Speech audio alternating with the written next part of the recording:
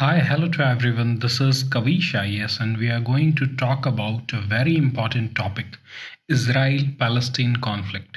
इस पूरे टॉपिक में ना ही सिर्फ हम लोग इसकी हिस्ट्री को समझेंगे, current perspective of the war को समझेंगे, कितने वार हुए हैं इसराइल और पैलेस्टीन के बीच में उसको देखेंगे और कोशिश करेंगे कि क्या कोई सॉल्यूशन निकल सकता है इस प्रॉब्लम का, उसको भी समझने का कोशिश करेंगे इस पूरे वीडियो सीरीज में। फर्स्ट ऑफ ऑल इस वीडियो में हम लोग हिस्ट्री समझने वाले हैं कि इजराइल का आखिर फॉर्मेशन हो कैसे रहा है।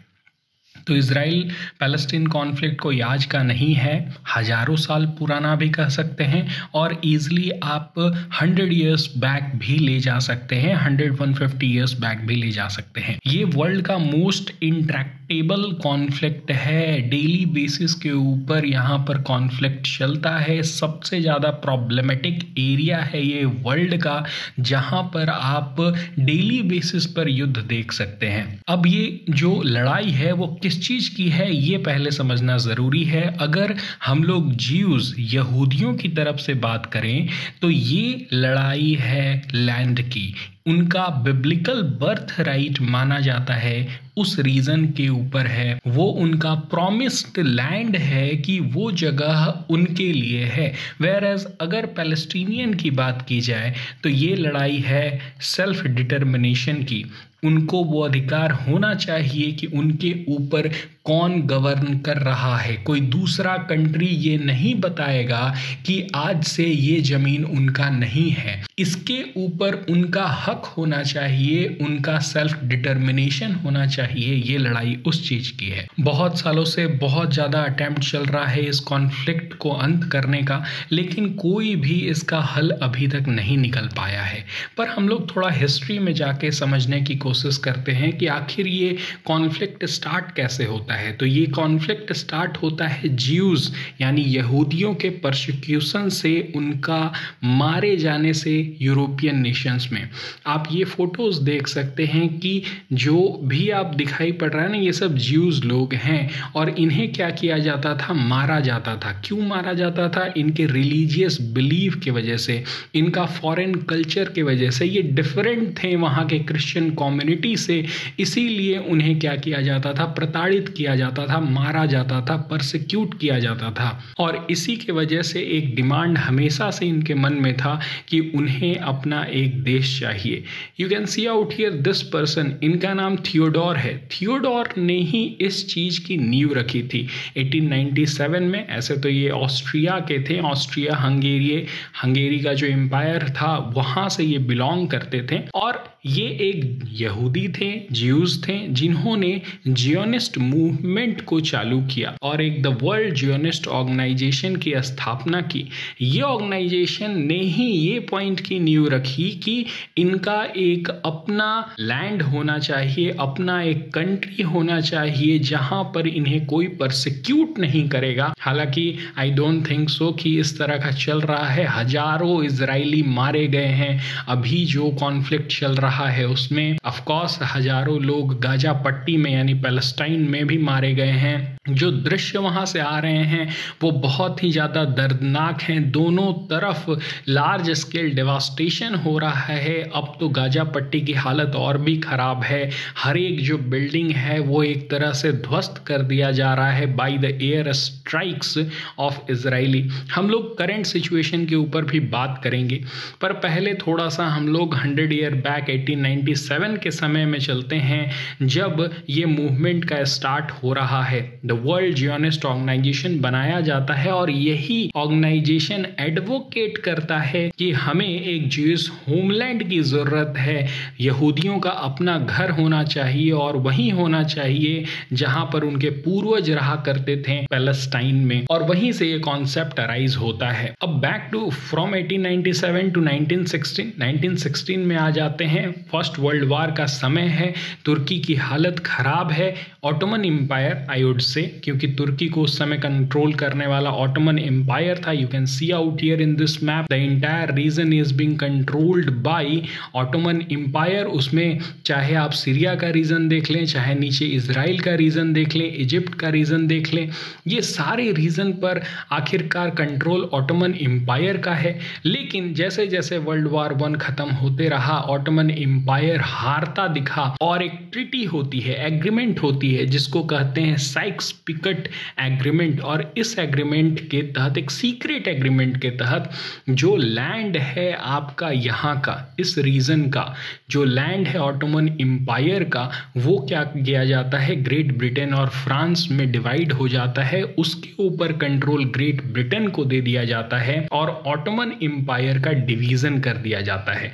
आप हारिएगा अगर युद्ध में तो आपसे कुछ ना कुछ छीना जाएगा, और आपसे ऑफ कोर्स छीना गया। आप इसको खिलाफत मूवमेंट से भी आप जोड़ सकते हैं, क्योंकि जब ऑटोमन एम्पायर गिरा था फर्स्ट वर्ल्ड वार के बाद, फिर तो भारत में भी लोग क्या कर रहे थे, ऑटोमन एम्पायर जो खलीफा था उसके प्रति बहुत ज़्यादा संवेदना दिखा रहे थे। वो ब्रिटिश गवर्नमेंट से ये आग्रह कर रहे थे कि आप प्लीज़ ऑटोमन एम्पायर का विघटन ना करिए, और कुछ प्लेसेस जो वर्शिप के हैं वो ऑटोमन एम्पायर के अधीन ही रहने दें। लेकिन ऑफ कोर्स आपको समझना पड़ेगा कि इजराइल वाला जो रीजन आज का है वो ब्रिटिशर्स ने अपने हाथ में ले लिया। उसके बाद फिर मेन कहानी स्टार्ट होती है ये डिक्लेरेशन से, बेल्फोर डिक्लेरेशन। उस समय जो ब्रिटिश फॉरेन सेक्रेटरी हुआ करते थे जेम्स बेल्फोर, वो एग्री करते हैं कि ज्यूज का होमलैंड होना चाहिए। थियोडोर ने जो बातें कही थी 1897 में, वो 1917 तक आकर के सही होने वाला होता है।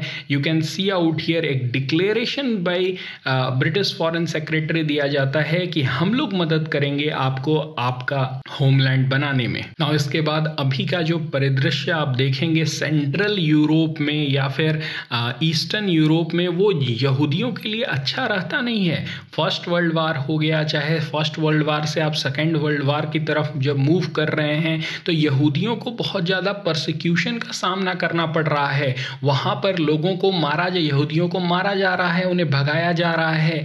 नाजी 1930s तक कंट्रोल में आ जा रहे हैं और भी ज्यादा यहूदियों को सताया जाने लग रहा है। You can see out here Nazi gained power in Germany in the 1930s, और ज्यूज जो हैं वो भागना स्टार्ट कर देते हैं उस समय, क्योंकि हॉलोकॉस्ट हो रहा है, गैस चैम्बर में यहूदियों को मारा जा रहा है। तो वो लोग भाग करके पैलेस्टाइन आने लग रहे हैं और पैलेस्टाइन में सेटल होने लग रहे हैं। अरब ये देखते हैं कि अरे हमारा लैंड जो है उस पर तो कब्जा हो रहा है, हमारा होम लैंड से हमें ही भगाया जा रहा है। तो अब क्या हो रहा है, जो आ रहे हैं वहां से यहूदी और यहाँ के अरब हैं, उनमें कॉन्फ्लिक्ट जो है वो स्टार्ट हो जा रहा है। अब वहां का प्रॉब्लम जो है वो अरब का प्रॉब्लम बन गया। ये जो छोटा मोटा कॉन्फ्लिक्ट होते रहता है, लेकिन अभी तक सारा कंट्रोल जो रहता है वो ब्रिटिशर्स के हाथ में रहता है।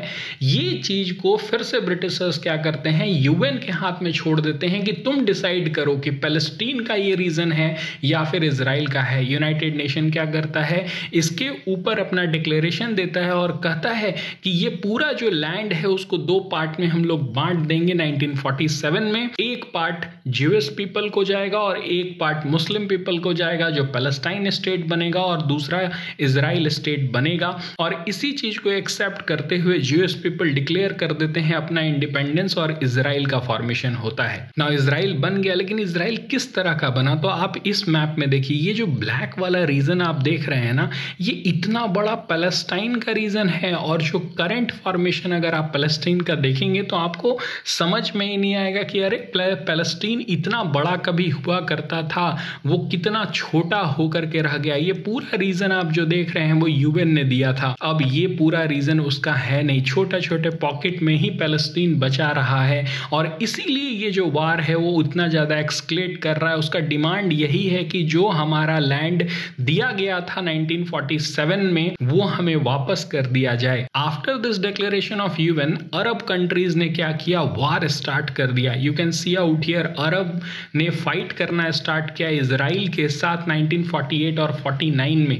4 देश आप देख सकते हैं, यहाँ सीरिया है ना, इराक है ना, जॉर्डन है और इजिप्ट है, ये चारों मिलके क्या करते हैं, इजराइल के ऊपर अटैक कर देते हैं और ये चारों ही हार जाते हैं। और जो लैंड रहता है पैलेस्टीन का वो भी उसके हाथ से निकल जाता है। अगर दो लैंड का कंपैरिजन करके दिखाएं तो पहले इतना दूर में फैला हुआ पैलेस्टीन क्या होता है, सिकुड़ जाता है, इतना ही हो जाता है। और अभी मैं फिर से बोल रहा हूं, आगे भी मैं दिखाऊंगा कि कितना और छोटे पार्ट में ये सारा रीजन जो है ना, वो अब सब रीजन जो है वो उसके हाथ से निकल जाता है, पैलेस्टीन के हाथ से। और जितना बार लड़ाई होगा, 1967 की लड़ाई है उसमें भी और ज्यादा सिकुड़ेगा, हम लोग देखते हैं उसको भी। लेकिन इस फर्स्ट पार्ट वीडियो में हम लोग यही समझ रहे हैं कि इजराइल का फॉर्मेशन हो चुका है, यूएन ने कह दिया है कि एक पार्ट आपका है और दूसरा पार्ट पैलेस्टीन का है। अब इन दोनों में यहाँ कॉन्फ्लिक्ट होगा, वार होगा,